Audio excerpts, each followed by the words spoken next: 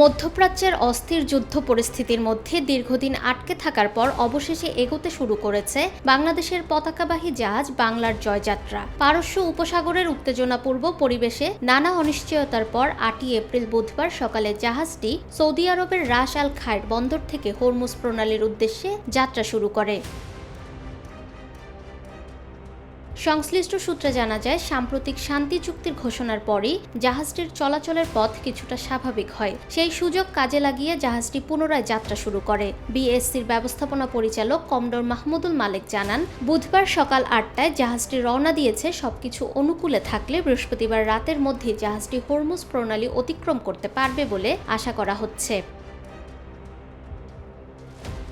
গত ২৭শে ফেব্রুয়ারি কাতারের মেসাইদ বন্দর থেকে প্রায় ৩৯,০০০ টন স্টিল কয়েল নিয়ে এটি সংযুক্ত আরব আমিরাতের জেবেল আলী বন্দরে পৌঁছায়। এরপর পরিকল্পনা ছিল কুয়েত হয়ে ভারতের দিকে অগ্রসর হওয়ার। তবে ২৮শে ফেব্রুয়ারি যুদ্ধ শুরু হলে পারস্য উপসাগরের জটিল পরিস্থিতিতে জাহাজটি আটকা পড়ে যায়।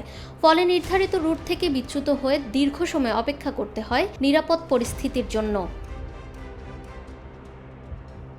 বিএসসির মহাব্যবস্থাপক ক্যাপ্টেন মোহাম্মদ মুজিবুর রহমান জানান, হরমুজ প্রণালীর কাছাকাছি পৌঁছানোর পর সেখানে মোতায়েন থাকা ইরানি বাহিনীর সঙ্গে যোগাযোগ করা হবে।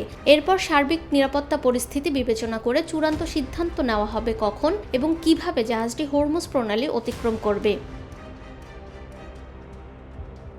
যুদ্ধ পরিস্থিতি সত্ত্বেও জাহাজটি আর্থিক কার্যক্রম বন্ধ ছিল না বলে জানিয়েছেন বিএসসির ব্যবস্থাপনা পরিচালক। বর্তমানে জাহাজটিতে ৩১ জন নাবিক রয়েছেন এবং তারা সবাই সুস্থ ও নিরাপদ আছেন। পর্যাপ্ত খাবার, পানি ও জ্বালানি মজুত রয়েছে। এছাড়া ইন্টারনেট সুবিধা থাকায় নাবিকরা নিয়মিত পরিবারের সঙ্গে যোগাযোগ রাখতে পারছেন, যা তাদের মানসিকভাবে স্বস্তি দিচ্ছে। এদিকে জাহাজটির পরবর্তী গন্তব্য নিয়েও রয়েছে নানা সম্ভাবনা। জানা গেছে, দক্ষিণ আফ্রিকা, মোজাম্বিক অথবা ব্রাজিল এই ৩টি দেশের যে কোনো একটি বন্দরে যাওয়ার পরিকল্পনা রয়েছে।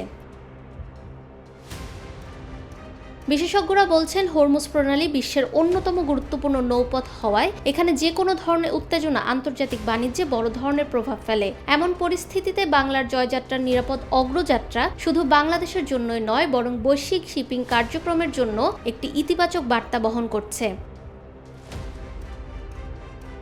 সব অনিশ্চয়তা পেরিয়ে এখন হরমুজের পথে এগোচ্ছে বাংলার জয়যাত্রা। যুদ্ধের ছায়া কাটিয়ে এই যাত্রা সফলভাবে শেষ হলে তা হবে বাংলাদেশের সামগ্রিক বাণিজ্যের জন্য এক বড় স্বস্তির খবর।